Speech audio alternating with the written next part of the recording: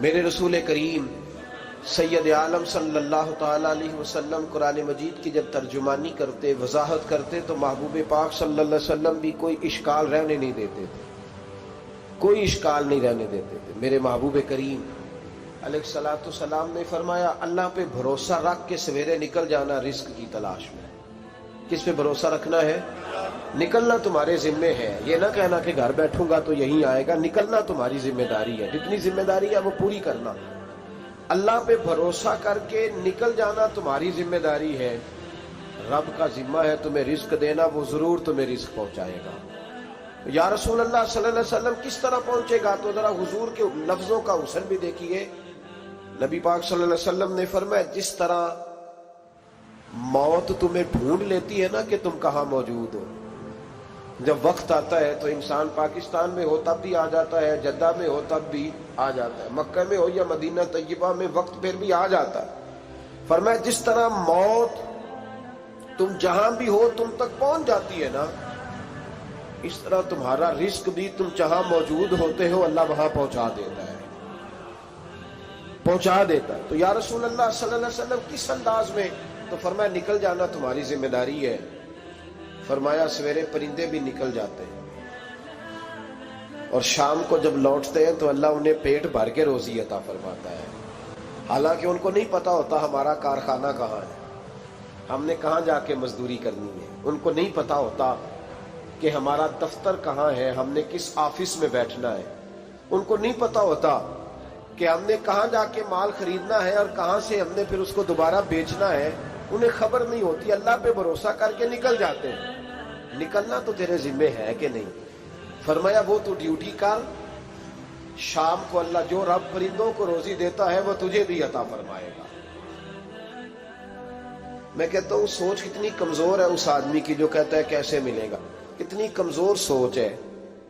جو رب بیل کو روزی دیتا ہے، بکری کو روزی دیتا ہے، اس زمین اس دھرتی پہ اگر بسنے والا اونٹ بھوکا نہیں سوتا، چلے یہ تو پالتو جانور ہوتے ہیں، اس دھرتی پر بسنے والی اگر بلی اور کتا روٹی کھا کے سوتے ہیں تو اشرف المخلوقات ہے۔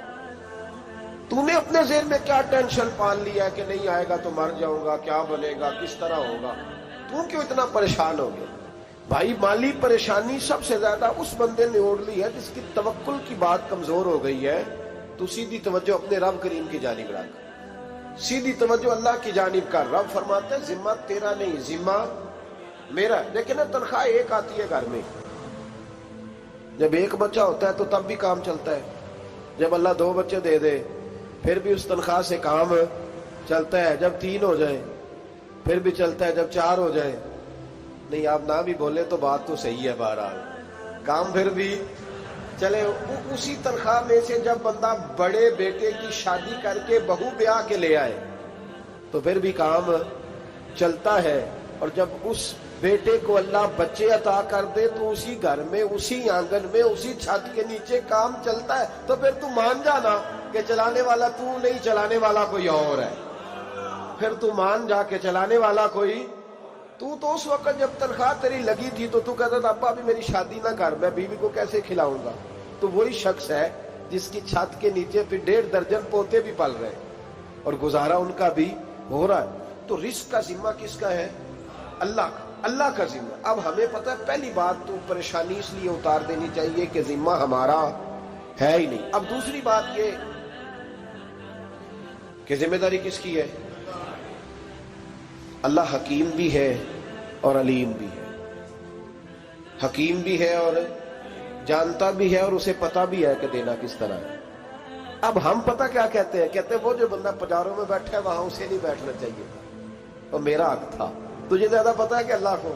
بول کے بتانا کس کو پتہ زیادہ ہے؟ کیوں جی؟ تو آپ اصل ٹینشن پتہ کب لگتی ہے؟ جب بندے کہتے ہیں نہیں وہ پجاروں میری تھی، میرا حق تھا۔ وہ جب گزرتی ہے نا پاس سے مہران کے تو مہران والا ٹینشن بڑی لیتا ہے، حالانکہ اللہ کو زیادہ پتا ہے کہ وہ حق۔ ایک بات اپنے ذہن میں یاد رکھ لیں، رٹ لیں کہ جو میرے لیے بہتر تھا میرے رب نے مجھے دے دیا، اور بات ختم ہو گئی۔ بس وصل اچھا ہے نہ فراق اچھا ہے، یار جس حال میں رکھے وہی حال اچھا ہے۔ بس جو میرے حق میں بہتر تھا میرے رب نے مجھے، مسئلہ یہ ہے کہ تو اس پہ راضی ہونے کو تیار نہیں۔ حضرت علی کرم اللہ تعالی وجہ الکریم نے میرے نبی پاک کی ایک حدیث بیان کی ہے، اور جناب علی جب یہ حدیث بیان کیا کرتے تھے تو حضرت مجاہد فرماتے ہیں یوں لگتا تھا کہ جیسے حضرت علی ہمیں ہر پریشانی سے نکال رہے ہیں۔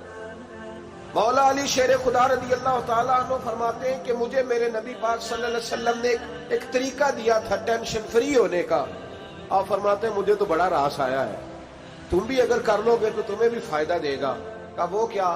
حضرت علی کہنے لگے محبوب علیہ السلام نے فرمایا تھا لوگوں تم اللہ کے دیے ہوئے تھوڑے رزق پہ راضی ہو جاؤ، وہ تمہاری تھوڑی عبادت سے تم سے راضی ہو جایا کرے گا۔ بس تم 2 نفل بھی پڑھو گے تو اللہ راضی ہو جائے گا، تم 1 رکوع بھی سویرے اٹھ کے پڑھو گے تو وہ راضی ہو جائے گا، وہ تمہارے 313 درود شریف سے راضی ہو جائے گا، تم اس کے دیے ہوئے تھوڑے رزق سے راضی ہو جاؤ۔ ٹینشن اس لیے ہوتی ہے کہ ہم راضی نہیں جو اس نے ہمیں دیا ہے۔ وہ حل میں مزید کی جو دوڑ ہے نا، حل میں مزید کی، بے قدرہ کچھ قدر نہ جاتی، کیتی خوب تسلی ہو، دنیا دار پجاری زردے، کتیاں دے گل ٹلی ہو، بک بک روشن اکھیاں تکیوں ویک حویلی کلی ہو، تے کوچ نصیر اساں جد کیتی پہ جانی تھر تھلی ہو۔ تو یاد رکھیں یہ جو ہے نا مصیبت کے مال آ کیوں نہیں رہا، وہ سامنے والا پلاٹ میرے گھر کے سامنے ہے گھر کے سامنے، پر رجسٹری میرے نام کیوں نہیں؟ یہ مصیبت سانس نہیں لینے دیتی۔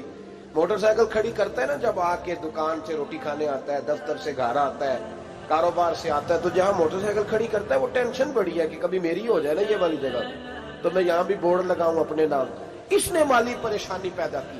تو جس حال میں ہے، چونکہ تو نے اپنا یہ حال خود نہیں بنایا، جس نے بنایا ہے وہ بڑا بہتر جانتا تھا کہ تو اسی حال میں اسے اچھا لگتا ہے، تو اسے اسی حال میں